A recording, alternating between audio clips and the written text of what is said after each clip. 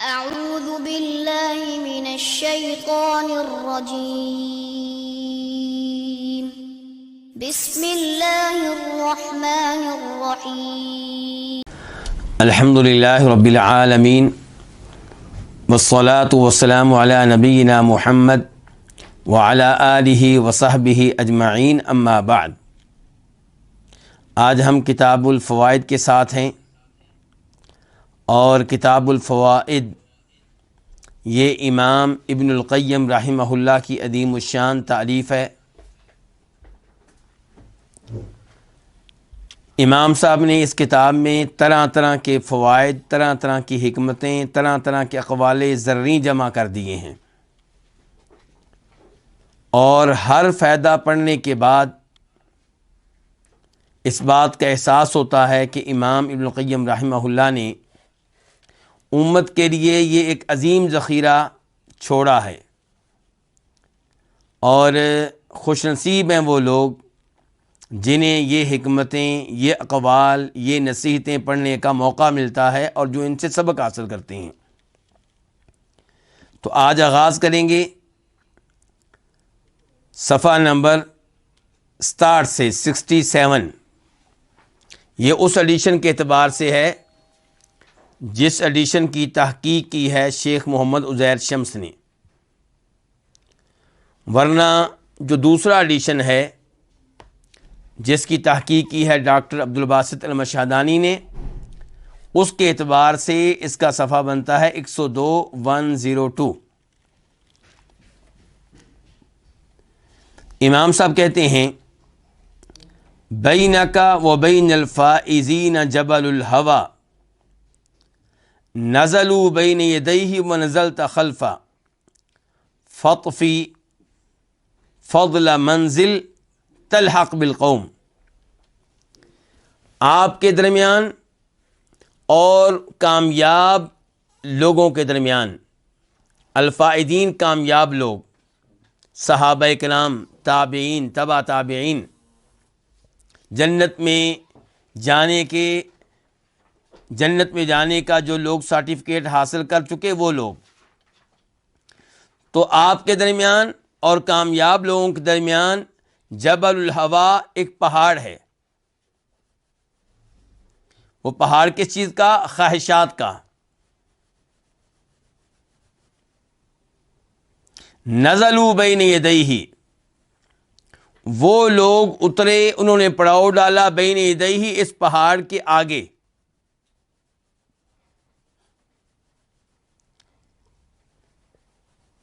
اس پہاڑ کے آگے پڑاؤ ڈالا، کیا مطلب؟ خواہشات نفس کی انہوں نے پرواہ نہیں کی، خواہشات نفس کی طرف پشت کر دی۔ وَنَزَلْتَ خَلْفَهُ، اور آپ اترے ہیں، آپ نے پڑاؤ ڈالا اس پہاڑ کے پیچھے۔ آپ کے سامنے پہاڑ ہے، کس کا؟ خواہشات نفس کا۔ بڑی خواہشات ہیں آپ کی، مال ملے، بہترین گھر ملے، بہترین گاڑی ملے، اولاد ملے، عزت ملے، عہدہ ملے، منصب ملے۔ خواہشات نفس کا ایک پہاڑ ہے، اس کے پیچھے آپ نے پڑاؤ ڈالا ہے۔ فطفی، تو آپ طے کریں، فضل منزل، فضل منزل اترنے کی جو جگہ ہے اس کے باقی حصے کو، اضافی حصے کو آپ طے کریں۔ تلحق بالقوم، آپ قوم سے جا ملیں گے، قوم کو آپ پا لیں گے، قوم کے مرتبے کو پا لیں گے، قوم کے مقام کو پا لیں گے۔ قوم سے مراد کون ہے؟ کامیاب لوگ، الفائزین۔ یعنی کہ آپ اور ان کے درمیان فاصلہ کس کا ہے؟ خواہشات نفس کے پہاڑ کا۔ آپ یہ پہاڑ طے کر لیں، خواہشات نفس کو نظر انداز کرتے ہوئے ان تک پہنچ جائیں، تو آپ کو وہی مقام و مرتبہ مل جائے گا جو ان کو ملا ہے۔ لیکن آپ پیچھے ہیں ان سے، تو کس وجہ سے؟ خواہشات نفس کے پہاڑ کو عبور نہ کرنے کی وجہ سے۔ آپ خواہشات نفس کے پیچھے چل پڑے ہیں، ان کی پیروی کرتے ہیں، خواہشات نفس کی وجہ سے آپ نظر انداز کر دیتے ہیں قرآن کو، نبی علیہ السلام کے فرامین کو، اور دیگر خیر کے کاموں کو، اس وجہ سے آپ ان سے بہت پیچھے ہیں۔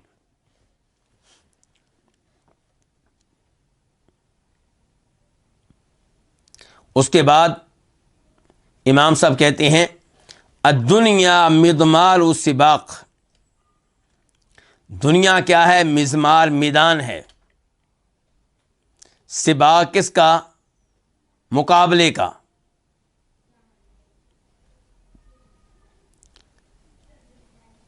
دوڑ کا۔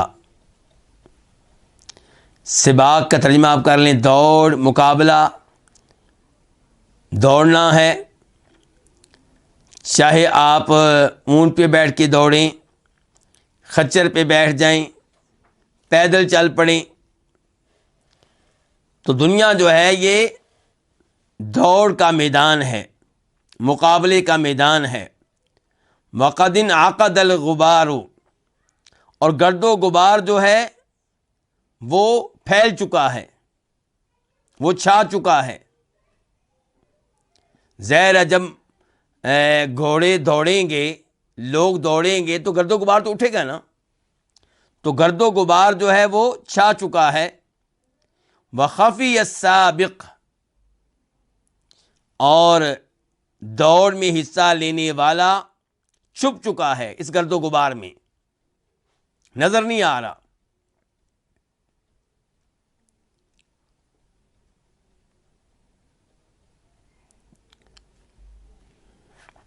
والناس فی المضمار، اور لوگ اس میدان میں بین فالس وراجل و اصحاب حمر معقرہ، لوگ اس میدان میں تین طرح کے ہیں۔ کوئی گھڑ سوار ہے، فارس، وراجل، اور کوئی کیا ہے؟ پیدل ہے، اور کچھ کیا ہے؟ اصحاب حمر، وہ گدھوں والے ہیں، گدھوں پہ بیٹھے ہوئے ہیں۔ معقرہ، گدھے بھی وہ جن کی ایک ٹانگ کٹی ہوئی ہے، جو زخمی ہیں۔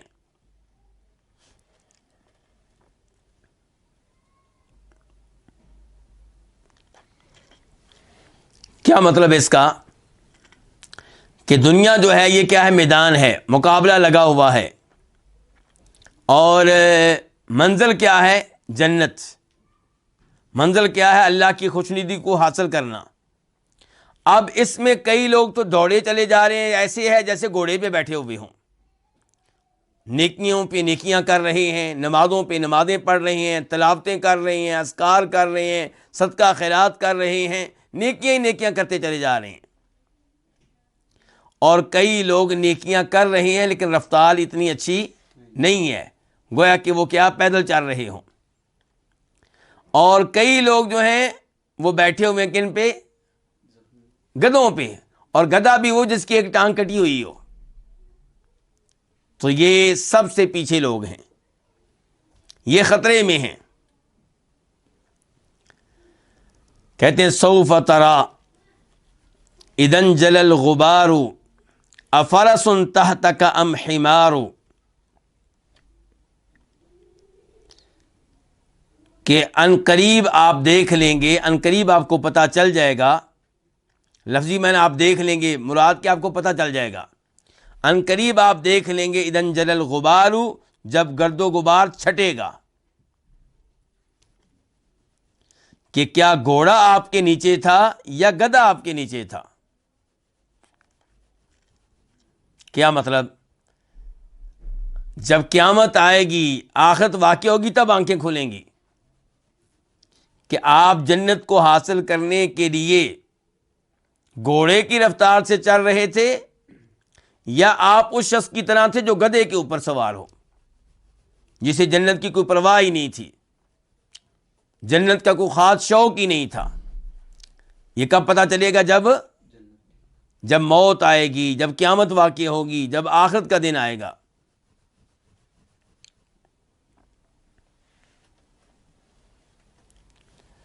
تو امام صاحب نے یہ فائدہ اور یہ مثال ذکر کر کے ہماری آنکھیں کھولنے کی کوشش کی ہے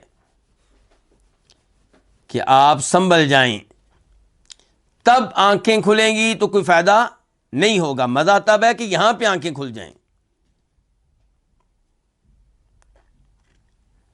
وجاءت سکرۃ الموت بالحق ذلک ما کنت منہ تحید،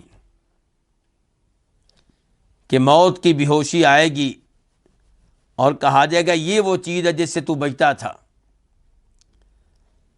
لقد كنت في غفلة من هذا، تو اس کے معاملے میں بالکل غفلت میں ڈوبا ہوا تھا. تجھے کوئی پرواہ نہیں تھی اگلے جہان کی، تجھے کوئی پرواہ نہیں تھی قبر کی زندگی کی، تجھے کوئی ٹینشن نہیں تھی جنت جہنم کی. فکشفنا عنک غطاءک، آج ہم نے تیری آنکھوں کے اوپر جو پردہ پڑا ہوا تھا وہ ہٹا دیا ہے. فبصرک اليوم حدید، آج تیری نگاہ لوہے کی طرح کام کر رہی ہے، بڑی تیز ہے تیری نگاہ، لیکن اب فائدہ کوئی نہیں ہے.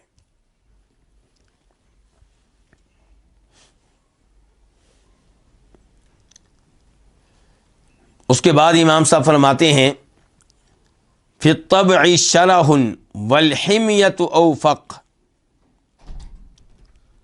فی الطبع یعنی کہ مزاج میں، طبیعت میں کیا چیز پائی جاتی ہے؟ شرح، حرص پائی جاتی ہے. انسانی طبیعت میں، انسانی مزاج میں بہت زیادہ حرص ہے. حرص کس چیز کی؟ بہت زیادہ دنیا حاصل کر لینے کی، بہت زیادہ کھانے پینے کی. والحمیۃ اوفق، اور پرہیز زیادہ موافق ہے، زیادہ بہتر ہے. یعنی کہ انسان کے مزاج میں بہت حرص ہے دنیا حاصل کرنے کی، مال حاصل کرنے کی، بہت زیادہ کھانے پینے کی. لیکن بہتر کیا ہے انسان کے لیے کہ انسان کیا کرے؟ پرہیز کرے، کچھ نہ کچھ حاصل کرے لیکن پرہیز بھی ساتھ اس کا خیال رکھے. مناسب انداز میں آپ مال حاصل کریں، بچتے بچاتے ہوئے مال حاصل کریں. کس سے بچتے ہوئے؟ حرام سے بچتے ہوئے، گناہوں سے بچتے ہوئے، جہنم سے بچتے ہوئے، اللہ کے غضب و ناراضگی سے بچتے ہوئے.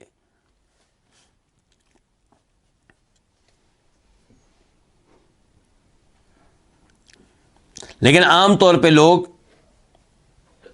اپنی حرص کو پورا کرتے ہیں، دنیا کو حاصل کرتے ہیں اور اس میں پرہیز سے کام نہیں لیتے. مال آئے جیسے بھی آئے، رشوت کے ذریعے آئے، سود کے ذریعے آئے، جوے کے ذریعے آئے، بندوں کے حقوق پہ ڈاکہ ڈالتے ہوئے آئے، اپنی بہنوں کی وراثت پہ قبضہ کرتے ہوئے آئے، پڑوسیوں کی زمین پہ قبضہ کرتے ہوئے آئے، آنا چاہیے بس. امام صاحب نصیحت کر رہے ہیں کہ پرہیز کریں، یہ بد پرہیزی آپ کو تباہ کر دے گی.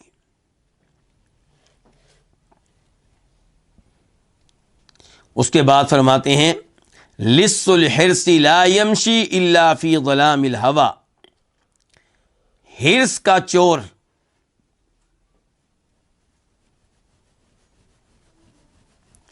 لا یمشی، یہ نہیں چلتا مگر خواہشات نفس کی اندھیرے میں، کی تاریکی میں. ظلام تاریکی، لص کا معنی چور.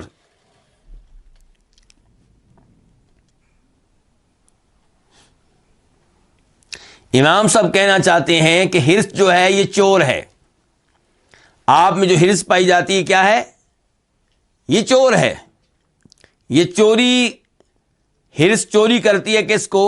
آپ کے ایمان کو، آپ کی خوبیوں کو، آپ کی نیکیوں کو. تو حرص کا جو چور ہے یہ کب کامیاب ہوتا ہے، کب چلتا ہے؟ ظاہر ہے کہ چور کو جب خطرہ ہوگا تو رک جائے گا، چل نہیں سکے گا. لیکن چور کامیابی سے کب چلتا ہے؟ جب اندھیرا ہو، اسے کوئی دیکھنے والا نہ ہو، پھر وہ اپنی کارروائی کرتا ہے. تو حرص کا جو چور ہے یہ تب کامیابی حاصل کرتا ہے جب خواہشات نفس کی تاریکی پائی جا رہی ہو، جب آپ اندھے ہو چکے ہوں اپنی خواہشات کو پورا کرنے کے معاملے میں. جب آپ اندھے بن جائیں خواہشات نفس کو پورا کرنے کے معاملے میں، تو پھر یہ ایسی طریقی ہے جس میں حرص کو اپنا وار کرنے میں اور چوری کرنے میں بڑی کامیابی ملے گی. اور اگر آپ خواہشات نفس کے اندھیرے کو آپ دور کر دیں خواہشات نفس کا آپ خیال نہ کریں تو پھر حرص کا جو چور ہے اسے موقع نہیں ملے گا کہ وہ اپنی کارروائی کر سکے۔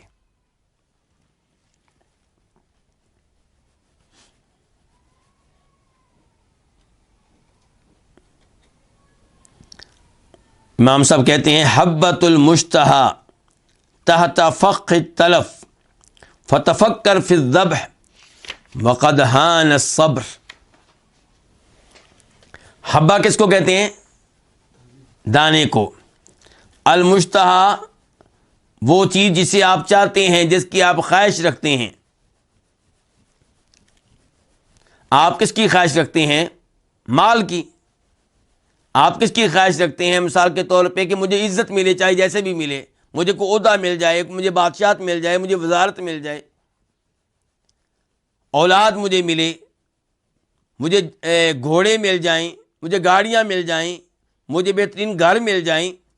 یہ ساری کیا ہیں؟ ہماری خواہشات۔ المشتہا وہ مرغوب چیزیں، وہ جن کو ہم چاہتے ہیں۔ تو المشتہا مرغوب چیزوں کا جو دانہ ہے، تحت فخ التلف، یہ ہلاکت اور بربادی کے پھندے کے نیچے ہے۔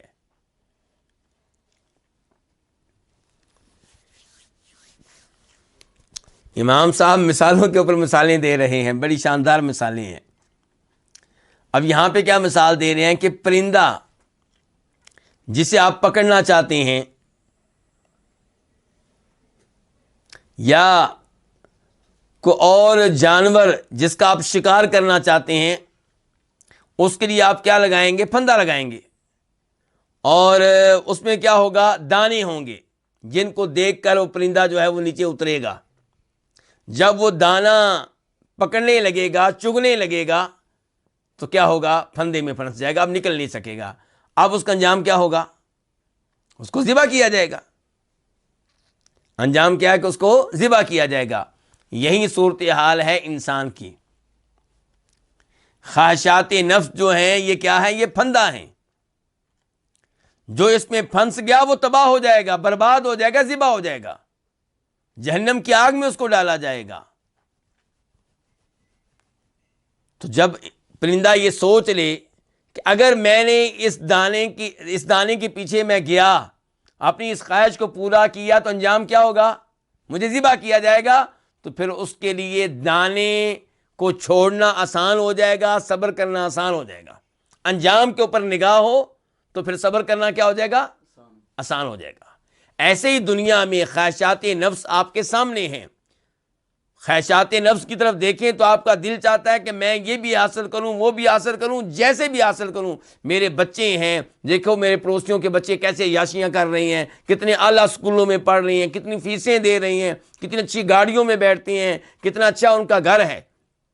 تو آپ کا دل چاہے گا کہ میں بھی اپنی خواہشات پوری کروں۔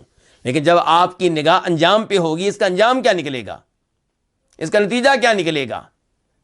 جہنم کی آگ، قبر کا عذاب۔ تو پھر آپ کے لیے ان خواہشات نفس سے بچنا کیا ہو جائے گا؟ آسان ہو جائے گا۔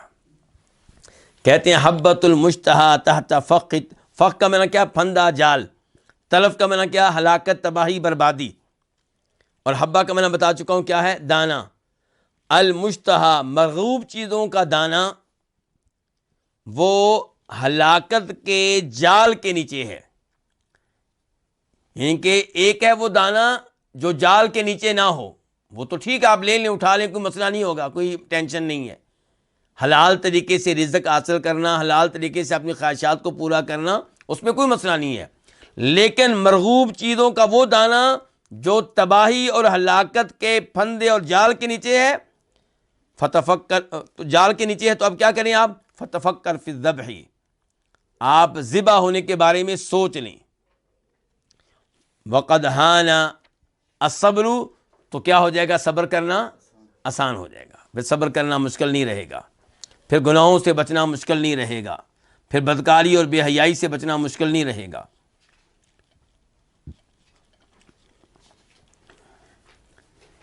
امام صاحب فرماتے ہیں قوت الطمع فی بلوغ العمل توجب الاجتہاد فی الطلب وشدت الحذر من فوت المأمول۔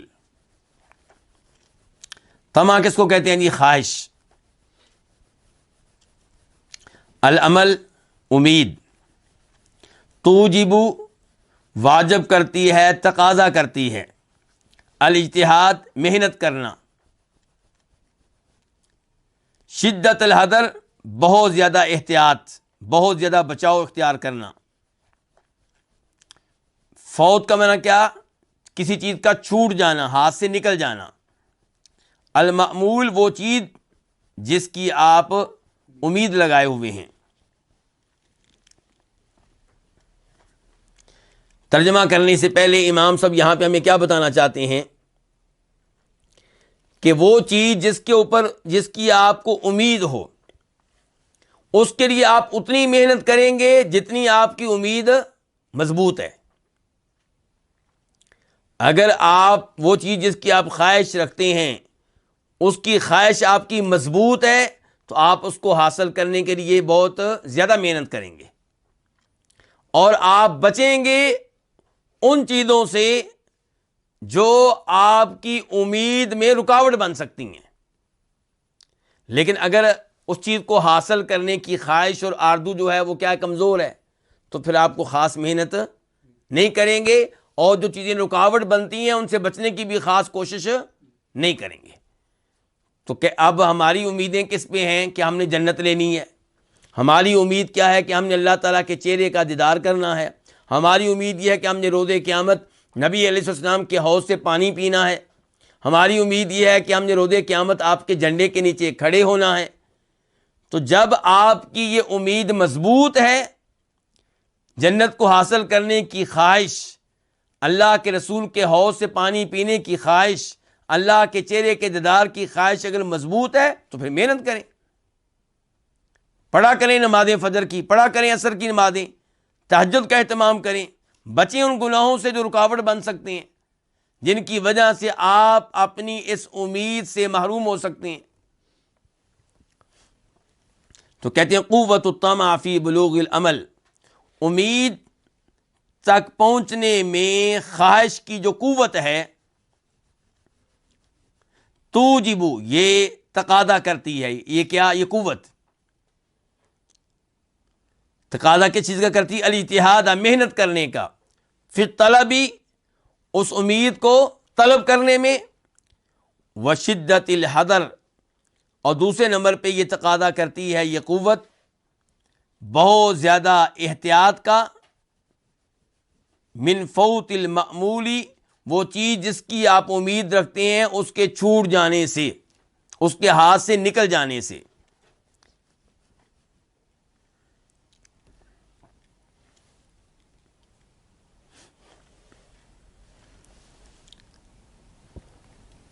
البخیل فقیر لا یؤجر علی فقرہ. البخیل کس کو کہتے ہیں جی؟ کنجوس شخص. بخیل اردو میں بھی یہی استعمال ہوتا ہے. امام صاحب کہتے ہیں البخیل فقیر، کنجوس شخص جو ہے یہ فقیر ہے. یہ کیا ہے؟ یہ وہ فقیر ہے جس کو اس کے فقر پہ اجر و ثواب نہیں دیا جائے گا. دیکھیں، ایک وہ جو حقیقی فقیر ہے جس کے پاس مال نہیں ہے، وہ بیچارہ اپنی ضروریات کو پورا نہیں کر سکتا، اپنے بچوں کو 3 ٹائم کا کھانا بھی فراہم نہیں کر سکتا. اب اسے مصائب اور مشکلات کا سامنا ہے. کرائے کے مکان پہ رہتا ہے تو کرایہ ہر مہینے پورا کرنا اس کے لیے مشکل ہو جاتا ہے. تو یہ سارے مصائب وہ برداشت کر رہا ہے، اس پہ اس کو کیا ملے گا؟ اجر و ثواب ملے گا. اللہ پہ راضی ہے، اللہ کا شکر ادا کرتا ہے، اور فقیری پہ صبر کر رہا ہے اللہ کی رضا پانے کے لیے، اللہ سے اجر و ثواب لینے کے لیے. یہ ہے حقیقی فقیر. ایک وہ فقیر ہے جس کے پاس مال ہے لیکن مال خرچ نہیں کرتا، کنجوس آدمی، نہ اپنے بچوں کے اوپر نہ اپنے اوپر. تو یہ اور وہ حقیقی فقیر دونوں برابر ہیں، رہن سہن کے لحاظ سے دونوں کیا ہیں؟ برابر ہیں. لیکن وہ فقیر جو ہے اسے اس کے فقر پہ کیا ملتا ہے؟ اجر و ثواب، اور اسے کوئی اجر و ثواب نہیں ملے گا. تو کہتے ہیں البخیل فقیر، کنجوس آدمی ایسا فقیر ہے لا یؤجر جسے اجر و ثواب نہیں دیا جاتا علی فقری، اس کے فقر پہ.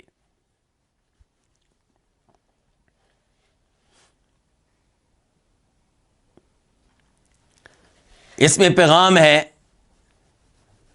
ان لوگوں کے لیے جن کے پاس مال ہے لیکن وہ خرچ نہیں کرتے کہ وہ خرچ کریں، جائز مقامات پہ خرچ کریں۔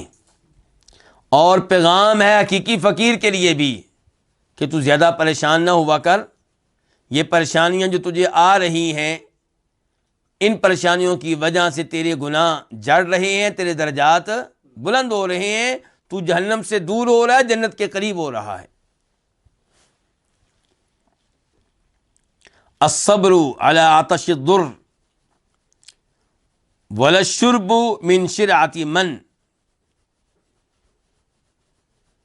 الصبر، صبر کرنا چاہیے، کس کے اوپر؟ مشکلات کی پیاس پہ، نقصان دہ پیاس پہ۔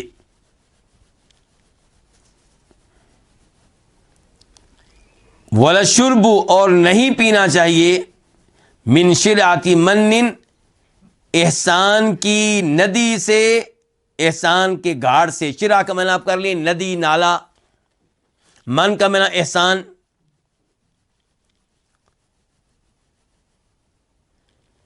کیا کہنا چاہتے ہیں یہاں پہ امام صاحب؟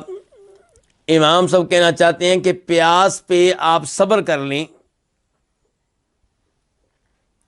یہ آپ کے لیے بہتر ہے اس سے کہ آپ کسی ایسے گھاٹ سے پانی پئیں جس گھاٹ سے پانی پینے کے بعد آپ پہ احسان جتایا جائے اور پھر آپ کو بعد میں تکلیف ہو اور بعد میں آپ کو پریشانی کا سامنا کرنا پڑے۔ تو امام صاحب کہہ رہے ہیں کہ آپ کیا کریں؟ صبر کر لیں، گزارا کر لیں، لیکن کسی ایسے شخص سے نہ مانگیں، کسی ایسے شخص کے ہاں سوالی نہ بنے جو بعد میں آپ پہ کیا کرے؟ احسان جتائے۔ احسان جتائے گا تو پھر آپ پریشان ہوں گے۔ تو آپ اپنی پیاس کو برداشت کریں۔ آپ کو حاجت ہے کئی چیزوں کی، آپ کی کئی ایک ضروریات ہیں، تو آپ پیاسے شخص کی طرح ہیں جس کو پانی کی ضرورت ہو، لیکن یہ پیاسا شخص اگر کسی کمینے آدمی کے گھاٹ سے پانی پیے گا تو پوری زندگی وہ اس پہ احسان جتاتا رہے گا، اس کو تانے دیتا رہے گا اور اس کو آر دلاتا رہے گا۔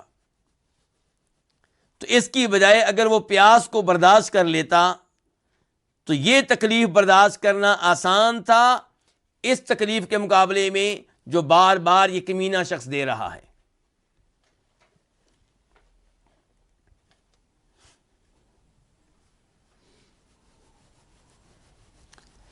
امام صاحب فرماتے ہیں تجوع الحرۃ ولا تأکل بثدیہا۔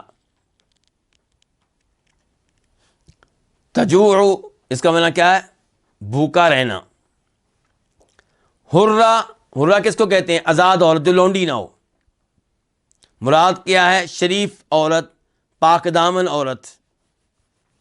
تو آزاد عورت بھوکی رہ لے گی، ولا تاکل، اور وہ نہیں کھائے گی، بثدیہا، اپنے دونوں پستانوں کے عوض میں، ان کے بدلے میں۔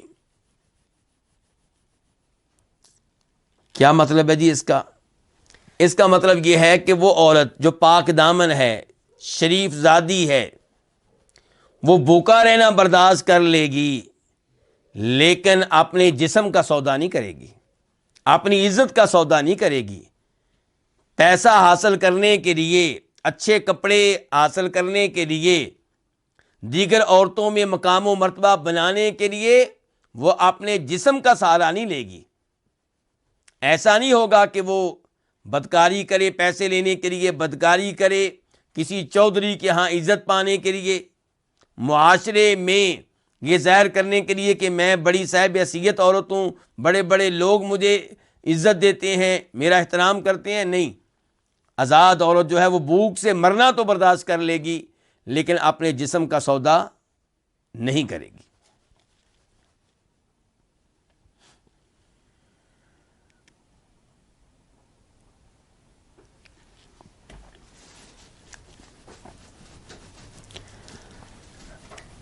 اس کے بعد کا فائدہ، لا تسأل سوا مولا کا،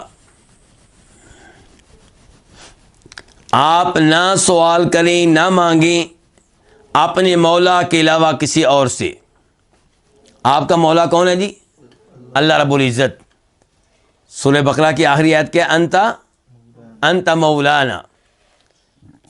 تو اللہ رب العزت ہمارا مالک ہے، وہی مشکل کشا ہے، وہی حاجت روا ہے، وہی غوث اعظم ہے۔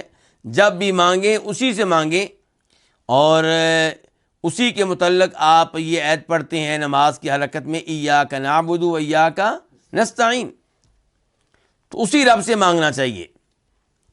تو لا تسأل سوا مولا کا، اپنے مولا کے علاوہ کسی سے سوال نہ کریں، کسی سے نہ مانگیں۔ فسؤال العبد غیر سیدہ، غلام کا اپنے مالک کے علاوہ کسی اور سے سوال کرنا، تشنیع علیہ، اس کو بدنام کرنا ہے۔ کس کو؟ مالک کو۔ علیہ سے مراد کون ہے؟ مالک۔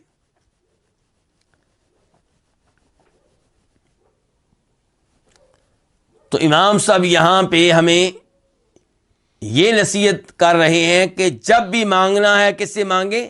اللہ رب العزت سے مانگیں۔ یہ بندے جن پہ آپ نے امیدیں لگائی ہوئی ہیں، یہ اسباب ہیں، ان کو سبب کون بناتا ہے؟ اللہ تعالیٰ۔ تو آپ اللہ سے رابطہ کریں، اللہ خود ہی کسی نہ کسی سبب کے ذریعے آپ کو مال دے گا، آپ کی حاجت کو پورا کرے گا۔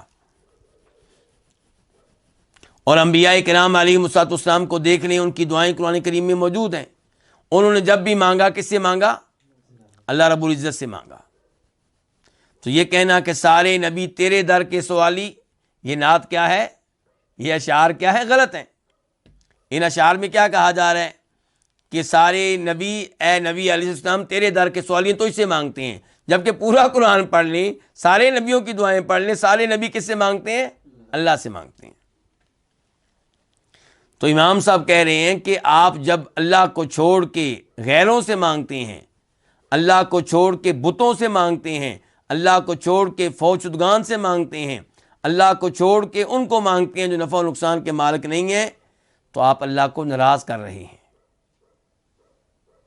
بالکل ایسے ہی جیسے کوئی غلام اپنے مالک کو چھوڑ کے کسی اور سے مانگے تو اس کا مالک اسے کیا سمجھے گا؟ اپنی توہین سمجھے گا، اپنی بے عزتی سمجھے گا، اور یہ اس کی بے عزتی ہے، کیونکہ غلام کا سارا مال کس کے لیے ہوتا ہے؟ مالک کے لیے۔ غلام جو کماتا ہے اس کا مالک کون ہے؟ اس کا مالک۔ اب جب غلام کی کوئی حاجت ہوگی تو وہ کس سے مانگے گا؟ مالک سے مانگے گا، جس کو کما کے دیتا ہے۔ لیکن اب وہ کسی اور سے مانگے اور مالک بھی موجود ہو، دیکھ رہا ہو، تو ظاہر ہے سب کے سامنے اس کی بے عزتی ہو جائے گی، اس کی توہین ہو جائے گی۔ تو آپ جب عبادت اپنے رب کی کرتے ہیں، سجدے اپنے رب کو کرتے ہیں، تلاوت اس کی کرتے ہیں، ذکر اس کا کرتے ہیں، تو آپ جب بھی مانگیں اس اللہ رب العزت سے مانگیں۔ اس پہ کیا ہوگا؟ وہ اللہ کیا ہوگا؟ راضی ہوگا۔ تشنیع علی کا معنی کیا ہے؟ بدنام کرنا، عیب نکالنا، طنز کرنا، تشنیع کرنا، یہ سب اس کے معنی ہیں۔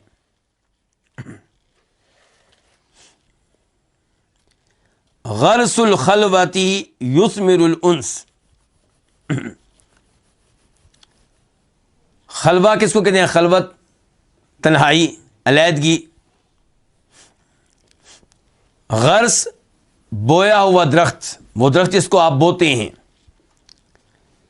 تو تنہائی میں بویا ہوا درخت یثمرو، وہ پھل دیتا ہے، کس چیز کا؟ الانسا، انسیت کا، مانوسیت کا۔ عجیب درخت ہے جی یہ بھی، بویا آپ نے کہاں ہے؟ خلوت میں، تنہائی میں، اور پھل اس سے کیا نکل رہا ہے؟ مانوسیت کا۔ یعنی جب آپ تنہائی میں اللہ رب العزت کو یاد کریں گے، اللہ رب العزت کا ذکر کریں گے، اللہ کے کلام کی تلاوت کریں گے، اللہ سے مضبوط تعلق قائم کریں گے، نتیجہ کیا نکلے گا؟ الا بذکر اللہ تطمئن القلوب، دلوں کو سکون کہاں ملتا ہے؟ اللہ کے ذکر میں ملتا ہے۔ جب آپ تنہائی میں بیٹھ کے اللہ سے دعائیں کریں، اللہ کے کلام کی تلاوت کریں، اللہ سے سرگوشیاں کریں، آپ کے دل میں اللہ تعالیٰ خوشیاں بھر دے گا، اللہ آپ کو سکون دے گا، اللہ آپ کو سعادت دے گا۔ اس کے برعکس آپ پوری دنیا کی مجلس قائم کر لیں، پورے محلے کو بلا لیں، موسیقی اور میوزک اور شراب کی محفلیں قائم کریں، آپ کے دل کو سکون نہیں ملے گا۔ وہ جو چند لمحوں کے لیے ملا ہے وہ عارضی سکون ہے، مستقل سکون آپ کو کبھی نہیں مل سکے گا۔ تو پیغام یہ ہے امام صاحب کا کہ تنہائی کو خاص کر دیں، کس کے ساتھ؟ اللہ تعالیٰ کے ساتھ۔ ہم میں سے اکثر لوگ کیا ہیں؟ تنہائی کو پسند ہی نہیں کرتے، لوگوں کے ساتھ بیٹھیں جی، کوئی گپیں لگائیں جی، کوئی تاکہ اچانک غیبتیں ہوں، کوئی چگلیاں ہوں، کوئی مجلس لگے، کوئی کسی پہ تنقید ہو، پھر جی بڑا مزہ آتا ہے جی۔ جبکہ امام صاحب کہتے ہیں کہ یہ جو آپ کو تنہائی میں بیٹھنے کے موقع مل رہے ہیں، ان کا نتیجہ بڑا اچھا نکلے گا اگر آپ اس تنہائی میں مضبوط تعلق قائم کر لیں۔ کس کے ساتھ؟ اپنے خالق کے ساتھ، اپنے مالک کے ساتھ۔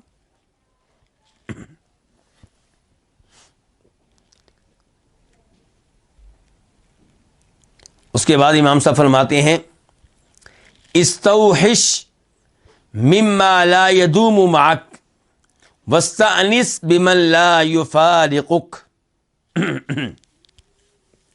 یہاں پہ امام صاحب بتانے لگے ہیں کہ آپ کس کے ساتھ تعلق قائم کریں، کس کے ساتھ دوستی لگائیں اور کس کے ساتھ نہ لگائیں۔ امام صاحب کہتے ہیں استوحش، آپ وحشیت محسوس کریں۔ آپ کیا محسوس کریں؟ وحشیت۔ کس سے؟ اس سے جو آپ کے ساتھ ہمیشہ نہیں رہ سکتا۔ کیوں جی یہاں پہ ہم دوستی کس کے ساتھ لگاتے ہیں؟ جو وفادار ہو۔ کہتے ہیں جی جو جس کے ساتھ دوستی پکی ہو، ایک دن کی 2 دن کی دوستی ہم پسند نہیں کرتے۔ تو امام صاحب پیغام دے رہے ہیں کہ پھر آپ دوستی لگائیں اللہ تعالیٰ کے ساتھ، جو کبھی بھی آپ سے جدا نہیں ہوتا، اور اس کے ساتھ تعلق قائم کرنے میں انسیت محسوس کریں، الفت محسوس کریں، سعادت محسوس کریں۔ اور وہ جو آپ کے ساتھ رہنے والے نہیں ہیں، یہ گاڑی آپ کے ساتھ ہمیشہ نہیں رہے گی، یہ دوست آپ کے ساتھ ہمیشہ نہیں رہیں گے، یہ گھر آپ کے ساتھ ہمیشہ نہیں رہے گا، یہ سب عارضی چیزیں ہیں۔ یہ سب کیا ہیں؟ الدنیا کلھا متاع۔ کیا فرمایا تھا نبی علیہ السلام نے؟ دنیا ساری کی ساری کیا ہے؟ عارضی ساز و سامان ہے، فنا ہونے والی ہے۔ تو ہمارا مسئلہ کیا ہے؟ ہم نماز پڑھیں، مسجد میں جائیں تو جناب اللہ ہمارا دل ہی نہیں لگتا، وہاں پہ وحشت محسوس کرتے ہیں۔ وہاں پہ ہم کیا محسوس کرتے ہیں؟ وحشت۔ مساجد میں دل لگنا چاہیے۔ نبی علیہ السلام ارشاد فرماتے ہیں 7 طرح کے لوگ ہیں جن کو اللہ تعالیٰ روز قیامت اپنے عرش کے سائے میں جگہ دے گا۔ ان میں سے ایک وہ رجل قلبہ معلق فی المساجد بالمساجد، وہ آدمی جس کا دل مساجد میں لگتا ہے، جس کا دل مساجد کے ساتھ اٹکا ہوا ہے، لگا ہوا ہے۔ تو ہمیں مزہ آنا چاہیے تفسیر کی مجلس میں، قرآن کی مجلس میں، درس حدیث میں، درس قرآن میں، مساجد میں، علماء کی مجلس میں، جہاں قرآن سیکھا جا رہا ہو، سکھایا جا رہا ہو، ترجمہ پڑھا جا رہا ہو، پڑھایا جا رہا ہو، حدیث پڑھی جا رہی ہو، پڑھائی جا رہی ہو، وہاں پہ ہمارا دل لگنا چاہیے۔ کیوں نہیں لگتا ہمارا وہاں پہ دل؟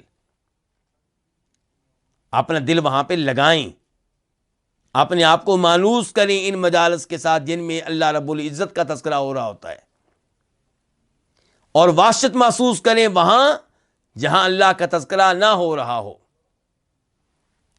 تو کہتے ہیں استوحش، آپ وحشت محسوس کریں مما لا یدوم معک، ان چیزوں سے جو آپ کے ساتھ ہمیشہ نہیں رہیں گی۔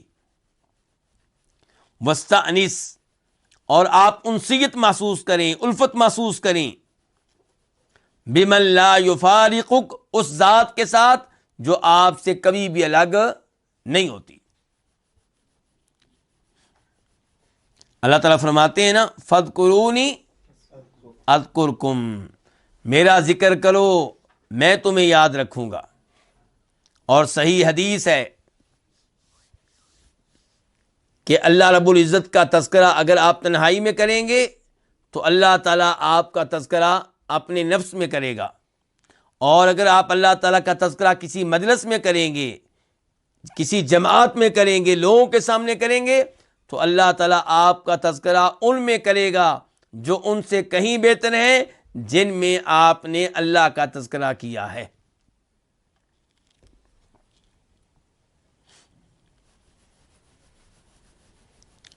لا یدوم کا معنی کیا ہے؟ ہمیشہ نہیں رہتا، لا یفارق جدا نہیں ہوتا، عزلۃ الجاہل فساد واما عزلۃ العالم فمعها حذاؤها وسقاؤها۔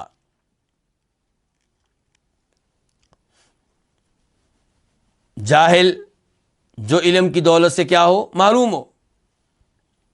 جاہل کی تنہائی، اس کی علیحدگی فساد ہے۔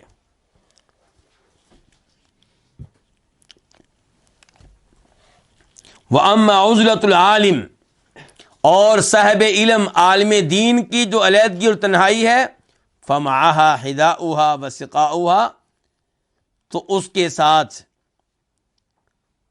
عالم دین کی اس تنہائی کے ساتھ کیا ہے؟ حِذَاؤُهَا، اس کا جوتا بھی ہے، وَسِقَاؤُهَا، اور اس کا مشکیزہ بھی ہے۔ امام صاحب ایک بڑے عالم دین ہیں، امام القیم رحمہ اللہ۔ وہ باتوں باتوں میں کسی حدیث کی طرف نکل جاتے ہیں، باتوں باتوں میں کسی آیت کی طرف نکل جاتے ہیں۔ یہاں پہ ہمیں وہ لے گئے کہ حدیث کی طرف، یہ بخاری شریف کی حدیث ہے، بخاری شریف میں اس کا نمبر ہے 2427، 2427۔ وہ حدیث شاید آپ لوگوں نے سنی ہو کہ نبی علیہ الصلوۃ والسلام کے پاس ایک آدمی آتا ہے اور کہتا ہے کہ اگر مجھے کوئی گری پڑی چیز ملے تو میں اس کا کیا کروں؟ فرمایا 1 سال تک اعلان کرتے رہو کہ مجھے ایک چیز ملی ہے، اس قسم کی ہے، چند اس کی باتیں بتائیں، اور باقی اس کے جو تعارف ہے وہ چھپا لیں۔ جس کی ہے وہ میرے پاس آئے اور نشانیاں بتا کے وہ چیز لے سکتا ہے۔ تو یہ آپ کی طرف سے اعلان ہونا چاہیے، مختلف مقامات پہ، عید کے موقع پہ جہاں لوگ اکٹھے ہوتے ہیں وہاں پہ اعلان ہو، خطبہ جمعہ کے بعد مسجد کے اندر نہیں، مسجد کے باہر اعلان ہو، جیسے آج کل بازار لگتے ہیں، مارکیٹیں لگتی ہیں، وہاں پہ اعلان ہو رہا ہو۔ اعلان زبانی بھی ہو سکتا ہے اور لکھی ہوئی شکل میں بھی ہو سکتا ہے، آج کل واٹس ایپ گروپوں میں بھی ہو سکتا ہے۔ تو یہ 1 سال تک اعلان ہونا چاہیے۔ مثال کے طور پہ آپ کو موبائل ملا، کسی کا گرا پڑا، اب 1,00,000 روپے کا موبائل ہے، 60,000 روپے کا موبائل ہے، تو آپ کہیں گے مجھے موبائل ملا ہے، اتنا آپ بتائیں گے۔ اب جس کا ہے وہ اس کی باقی نشانیاں بتائے، تو اس قسم کا آپ اعلان کریں گے۔ اب یہ اعلان جاری رہے گا۔ موبائل کے معاملے میں تو شاید وہ نمبر سے بھی کام چل جائے، لیکن اگر اس کے اوپر کیا لگا ہوا ہے، لاک لگا ہوا ہے، تو شاید نمبر سے کام نہ چلے۔ بہرحال تو بہرحال کوئی بھی چیز ہے تو اللہ کے رسول نے فرمایا 1 سال اعلان کرتے رہو صلی اللہ علیہ وسلم، 1 سال کے بعد تم اسے استعمال کر سکتے ہو، لیکن استعمال کرنے سے پہلے اس کی نشانیاں اور اس کی علامات نوٹ کر لو۔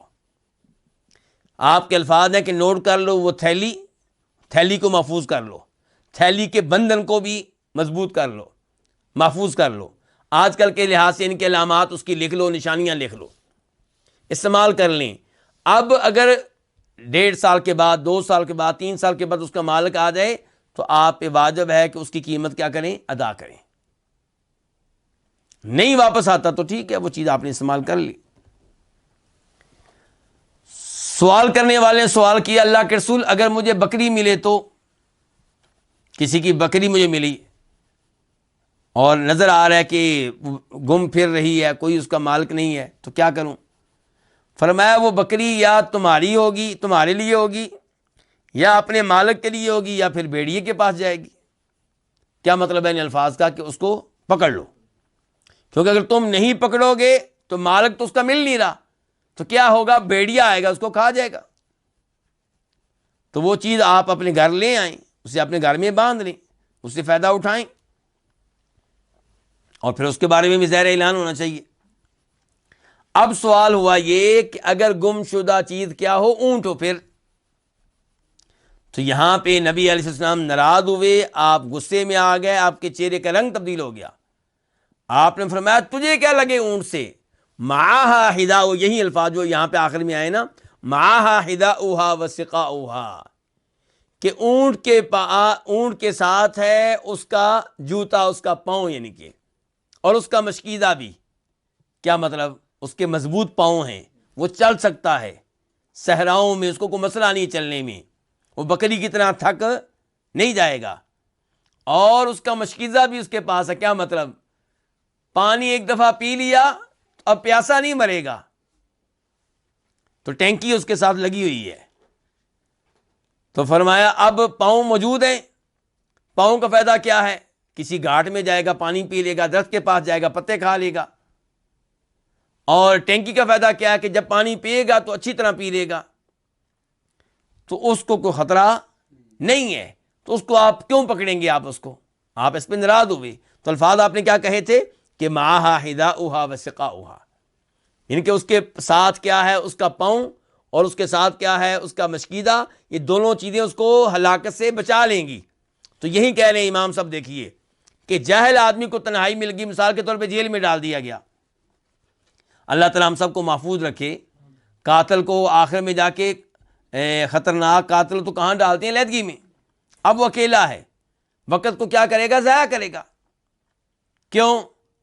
نہ اسے قرآن آتا ہے، نہ اسے حدیث معلوم ہے، نہ نماز پڑھنے کا طریقہ اسے پتہ ہے، نہ اذکار وہ جانتا ہے. اب ان اوقات کو وہ ضائع کرے گا. کبھی جو گانے یاد کیے تھے وہ گنگنانے شروع کر دے گا، کبھی جو فلمیں دیکھی تھی ان کے ڈائلاگ ذہن میں آئیں گے، ایسے اپنے وقت کو ضائع کرے گا. لیکن جو عالم دین ہے اس کی تنہائی اس کے لیے بڑی مفید ہے. اس کو موقع ملے گا اللہ کے قریب ہونے کا، وہ اپنے علم سے فائدہ اٹھائے گا، اس کو نیک اعمال کرنے کا طریقہ پہلے سے معلوم ہے، نیک اعمال بجا لائے گا. اور ایک مثال میں دے دوں آپ کو، ہو سکتا ہے جاہل آدمی جو ہے وہ نماز پڑھنا چاہے تو نہیں پڑھے گا. کیوں؟ وہ کہے گا جی میرا تو وضو نہیں ہے، میرے تو کپڑے پلید ہیں، جیل والے نہ مجھے پاک کپڑے دیں اور نہ میں نماز پڑھ سکوں. دل تو کرتا ہے میں بھی نماز پڑھوں. جبکہ عالم دین اس کو پتا ہے کہ نماز کسی بھی شکل میں معاف نہیں ہے. اس کو پتا ہے کہ جب مجھے وضو کے لیے پانی نہیں دیا جا رہا میں تیمم کر سکتا ہوں. اس کو پتا ہے کہ اگر جیل میں مجھے پانی نہیں دیا جا رہا، مٹی اور گرد و غبار بھی موجود نہیں ہے، تو میں دونوں کے بغیر نماز پڑھوں گا، لیکن نماز پڑھنی ہے. عالم دین جو صحیح عالم دین ہے اس کو یہ بھی پتا ہے کہ وضو کے بغیر تلاوت کرنا جائز ہے.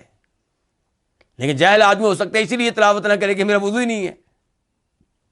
تو یہ ہے علم کا اور جہالت کا فرق. تو کہتے ہیں عزلۃ الجاہلی فساد، جاہل آدمی کی جو تنہائی علیحدگی ہے وہ فساد ہے، اور عالم دین کی جو تنہائی ہے تو اس کے ساتھ کیا ہے؟ اس تنہائی کے ساتھ کیا ہے؟ حداؤہا، اس تنہائی کا جوتا ہے اور اس کا مشکیزہ ہے.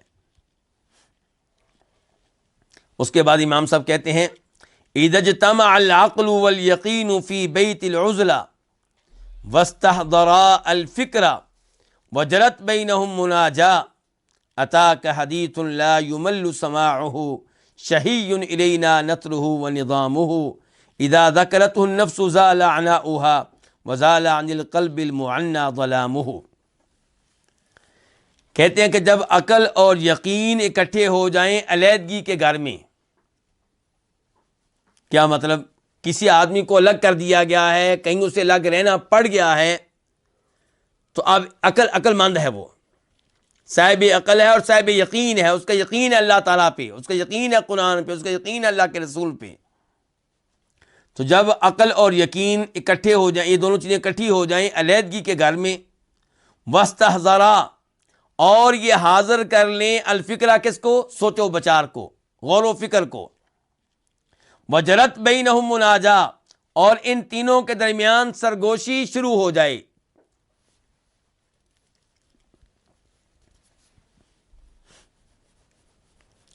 تو کیا ہوگا؟ شروع میں اذا ہے نا کہ جب یہ ہو جائے، جب یہ ہو جائے، تو پھر کیا ہوگا؟ کہتے ہیں پھر کیا ہوگا؟ عطا کا حدیث، آپ کے پاس ایسا کلام آئے گا، ایسی گفتگو آئے گی، لا یمل سماعہ، جس کے سننے سے اکتاہٹ نہیں ہوتی.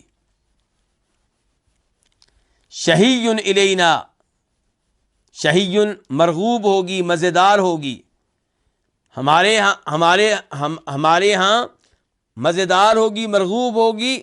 نثرہ، اس گفتگو کا نثر والا حصہ بھی، و نظام ہو، اور اس کا وہ حصہ بھی جو شعروں پہ مشتمل ہوگا، جو نظم کی شکل میں ہوگا. کیا سمجھیں جی آپ یہاں سے؟ کہتے ہیں کہ جب کسی اچھے آدمی کو، عقل مند آدمی کو، صاحب یقین آدمی کو تنہائی میسر آ جائے اور وہ غور و فکر کرے تو کیا ہوگا؟ اس کے ہاتھوں سے اللہ تعالیٰ کوئی عظیم کتاب لکھوا دے گا، کوئی عظیم تفسیر وہ جیل کے اندر لکھ دے گا، کوئی ایسے اشعار لکھ دے گا جو بڑے عمدہ ہوں گے. شعروں کے بغیر کچھ لکھے گا تو وہ بھی بڑا عمدہ کلام ہوگا. کیوں؟ کیونکہ آدمی کون ہے؟ صاحب عقل، صاحب یقین، اور غور و فکر کر رہا ہے اندر بیٹھ کے. تو یہ ہے کہ جب عقل و یقین جمع ہو جائیں علیحدگی کے گھر میں، اور دونوں حاضر کر لیں کس کو؟ غور و فکر کو، اور ان کے درمیان سرگوشی جاری ہو جائے، واقع ہو جائے، تو کیا ہوگا؟ عطا کا حدیث، آپ کے پاس ایسا کلام آئے گا، لا یمل سماعہ، جس کے سننے سے اکتاہٹ نہیں ہوگی. شہی الینا، ہمارے ہاں مرغوب ہوگا. نثرہ، اس کلام کا نثر والا حصہ بھی، و نظامہ، اور اس کلام کا منظوم حصہ بھی، شعروں پہ مشتمل حصہ بھی. اذا ذکرتہ النفس، جب کوئی نفس، ذکرتہ، اس کا تذکرہ کرے گا، اسے یاد کرے گا، کس کو؟ اس کلام کو. تو زال عناؤہا، اس نفس کی تھکاوٹ زائل ہو جائے گی، دور ہو جائے گی. وزال عن القلب المعنى ظلامہ، اور وہ دل جو بڑی تکلیف میں ہوگا اس کی تاریکی بھی دور ہو جائے گی، زائل ہو جائے گی. عناؤہا، اس نفس کی تھکاوٹ، زالہ، زائل ہو جائے گی. اچھا جی، وزال عن القلب، اور دل سے زائل ہو جائے گی. کیا زائل ہو جائے گی؟ ظلامہ، اس دل کی تاریکی. کون سا دل؟ المعنى، جو بڑی تکلیف میں ہے، جو بڑی مشقت میں ہے.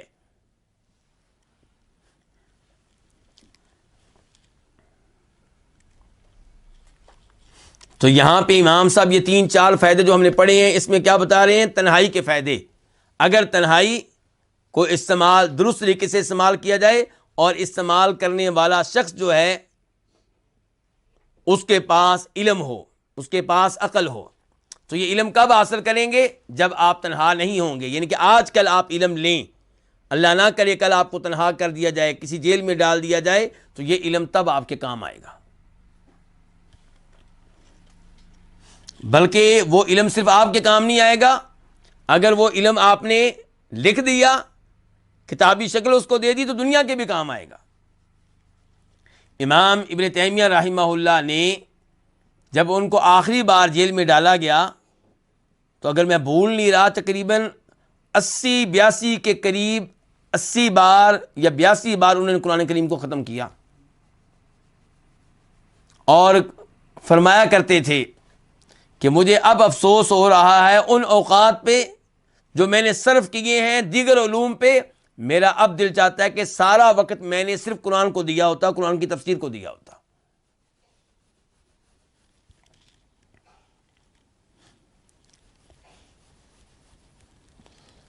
اس کے بعد امام صاحب فرماتے ہیں اذا خرجت من فی عدوک لفظة صفح فلا تلحقها بمثلها تلقحها ونسل الخصام نسل المذموم. اذا خرجت، جب نکلے، من فی عدوی کا، تیرے دشمن کے منہ سے. فی کا معنی کیا ہے یہاں پہ؟ منہ. یہ فی وہ نہیں ہے جس کا معنی میں ہوتا ہے، یہ فی اصل میں کیا ہے؟ فمن. جب نکلے تمہارے دشمن کے منہ سے، کیا نکلے؟ لفظۃ صفح، جہالت پہ مبنی کوئی لفظ، بے وقوفی پہ مبنی کوئی لفظ. فلا تلحقها بمثلها، تو نہ ملا اس لفظ کے ساتھ اس جیسے لفظ کو.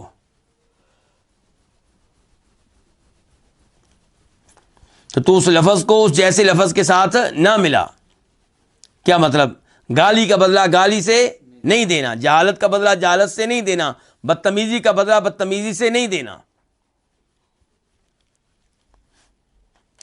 تلقحها، ورنہ تم اس میں اضافہ کر بیٹھو گے.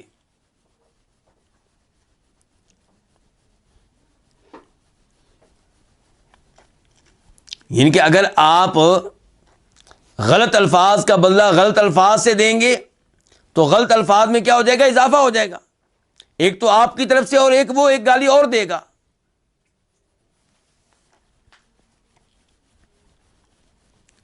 جبکہ ہم سے کیا کہا گیا ہے؟ سورہ فرقان آیت نمبر 63 ہے کہ وَإِذَا خَاطَبَهُمُ الْجَاهِلُونَ قَالُوا سَلَامًا، کہ رحمان کے بندے جو ہیں جب ان سے ہم کلام ہوں جاہل قسم کے لوگ، جھگڑالو قسم کے لوگ، تو وہ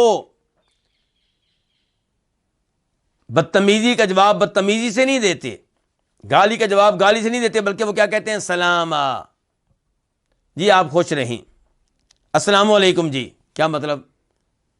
ہم اجازت چاہتے ہیں آپ سے. یعنی کہ ایسی مجلس کو وہ ختم کر دیتے ہیں، ایسی گفتگو کو ختم کر دیتے ہیں، اسے بڑھاتے نہیں ہیں. یہ عقل مند لوگ ہوتے ہیں، رحمان کے بندے ہوتے ہیں. اللہ نے ان کی تعریف کی ہے. اور سورہ اعراف میں اللہ تعالی نے کہا آیت نمبر 199 میں 199، خذ العفو، معاف کرنے کے پہلو کو آپ اختیار کیجئے، وَأْمُرْ بِالْعُرْفِ، اور اچھے کاموں کا حکم دیجئے، وَأَعْرِضْ عَنِ الْجَاهِلِينَ، اور جو جاہل قسم کے لوگ ہیں، جھگڑالو قسم کے لوگ ہیں، ان سے اعراض کیجئے، منہ موڑ لیجئے. تو گالی کا جواب گالی سے عقل مند آدمی نہیں دیا کرتا. وَنَسْلُ الْخِصَامِ نَسْلٌ مَذْمُومٌ، اور جھگڑے کا جو نتیجہ ہوتا ہے، نسل کس کو کہتے ہیں؟ اولاد کو. مراد کیا یہاں پہ؟ نتیجہ. جھگڑے کا جو نتیجہ ہے نسل المذموم، وہ بڑا مذموم نتیجہ ہوتا ہے، قابل مذمت نتیجہ ہوتا ہے، کوئی اچھا نتیجہ نہیں ہوتا.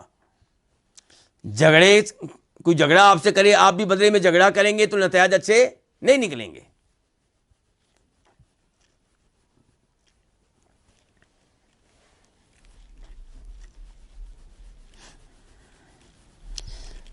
اس کے بعد امام صاحب فرماتے ہیں حمیتک لنفسک اثر الجہل بہا فلو عرفتها حق معرفتها اعنت الخصم علیہا. حمیتک لنفسک، آپ کا اپنے نفس کے لیے تعصب کرنا، اپنے نفس کے لیے غیرت میں آ جانا، اپنے نفس کے لیے جوش میں آ جانا،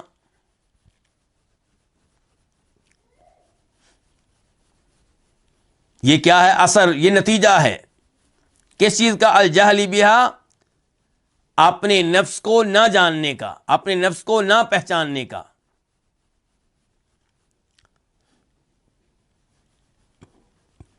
یعنی کہ اگر کوئی آپ کو برا بلا کہے اور آپ غصے میں آ جائیں، جوش میں آ جائیں، غیرت میں آ جائیں، تو اس کا مطلب یہ ہے کہ آپ اپنے نفس کو پہچان نہیں سکے. فلو عرفتہا، اگر آپ اس کو پہچان لیتے، کس کو؟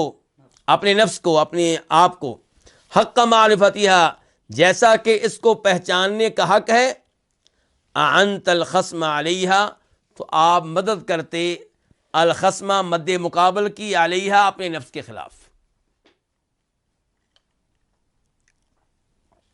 آپ اپنا ساتھ نہ دیتے، اپنے مد مقابل کا ساتھ دیتے. کیا مطلب؟ مثال کے طور پہ آپ اپنے مخالف سے کہتے جی میں معذرت چاہتا ہوں، غلطی مجھ سے ہوئی ہے.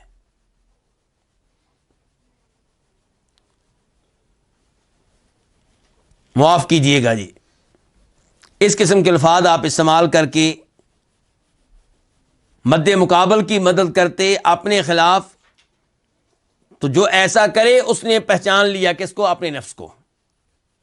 اور جو اپنے نفس کی وجہ سے غیرت میں آ جائے، جوش میں آ جائے، غصے میں آ جائے، تو اس کا مطلب یہ ہے کہ اپنے نفس کو پہچان نہیں سکا، اپنی کمزوریوں کو نہیں پہچان سکا، اور اپنے نفس کی باتوں میں آ کے اپنا نقصان کر رہا ہے۔ اس کی مزید وضاحت آئندہ فائدے سے ہو جائے گی۔ امام صاحب کہتے ہیں اذا اقتدحت نار الانتقام من نار الغضب ابتدات باحراق القادح۔ اذا جب اقتدحت جلے، روشن ہو، نار الانتقام انتقام کی آگ، غصے کی آگ سے۔ آپ کو پتہ ہے نا کہ آگ کسی آگ سے لی جاتی ہے نا، خصوصاً پرانے زمانے میں کیا ہوتا تھا، پڑوسی کے گھر جاتا تھا کیا لینے کے لیے؟ آگ لینے کے لیے۔ ایسے ہی پتھر استعمال ہوتے تھے پرانے زمانے میں آگ جلانے کے لیے۔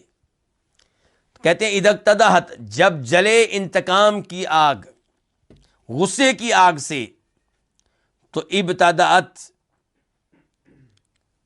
تو یہ آگ آغاز کرے گی کس سے؟ شروع ہوگی کس سے؟ آگ جلانے والے کو جلا کر۔ القادح، آگ جلانے والا۔ مراد کون ہے؟ القادح سے مراد کون؟ آگ جلانے والا، یعنی کہ غصے میں آنے والا۔ یعنی کہ غصے میں آنے والا سب سے پہلے کس کا نقصان کرتا ہے؟ اپنا ہی نقصان کرتا ہے۔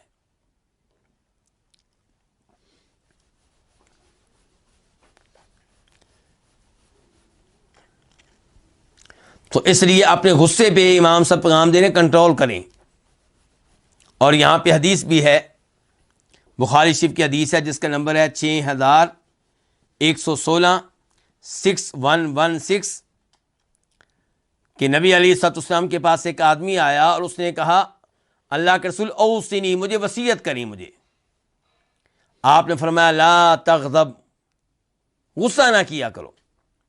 اس نے کہا اللہ کے رسول کو اور وصیت کریں، کو اور نصیحت کریں۔ فرمایا لا تغضب، غصہ نہ کیا کرو۔ اس نے کہا اللہ کے رسول اب کو اور نصیحت کریں۔ فرمایا لا تغضب، غصہ نہ کیا کرو۔ یعنی کہ آپ اس سے اندازہ لگا سکتے ہیں کہ غصے میں آنا کتنا خطرناک ہے کہ آپ بار بار ایک ہی چیز کو دہرا رہے ہیں۔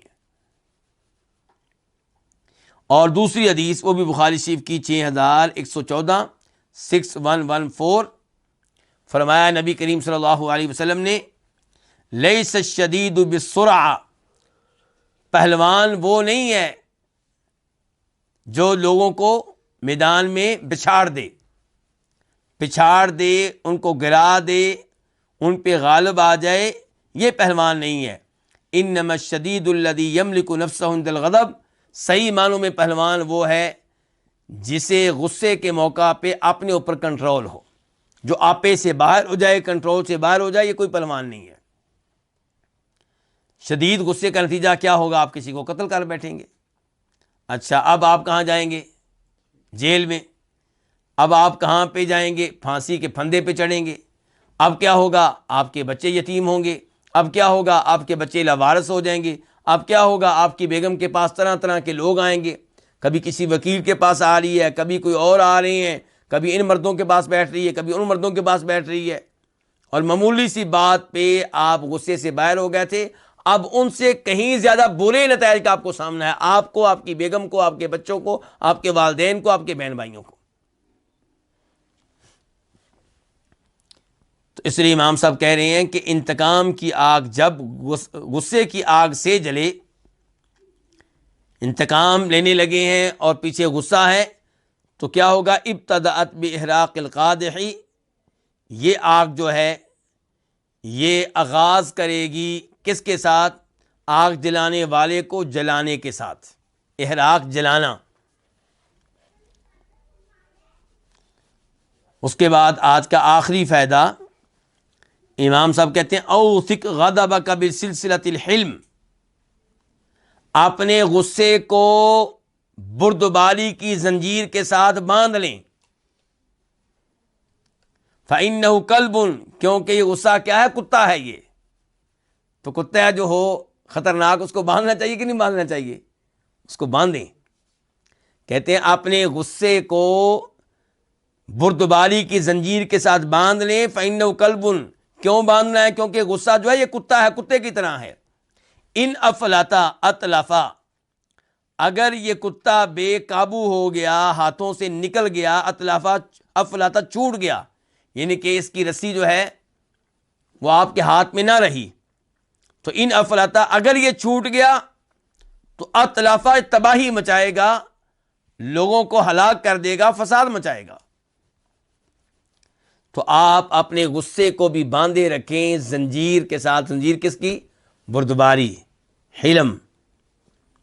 اور اگر آپ نے اپنے غصے کو بردباری کے زنجیر کے ساتھ نہ باندھا تو یہ بھی تباہی مچائے گا اور کئی لوگوں کو برباد کر کے رکھ دے گا، کئی گھروں کو برباد کر کے رکھ دے گا۔ اللہ رب العزت سے دعا ہے کہ اللہ تعالیٰ امام صاحب کی ان نصیحتوں پہ عمل کرنے کی توفیق عنایت فرمائے، اور اللہ تعالیٰ دل جمعی کے ساتھ یہ کتاب ہمیں پڑھنے کی اور اس پہ عمل پیرا ہونے کی اللہ توفیق دے۔ وصلی اللہ تعالیٰ علی نبینا محمد وعلی آلہ وصحبہ اجمعین۔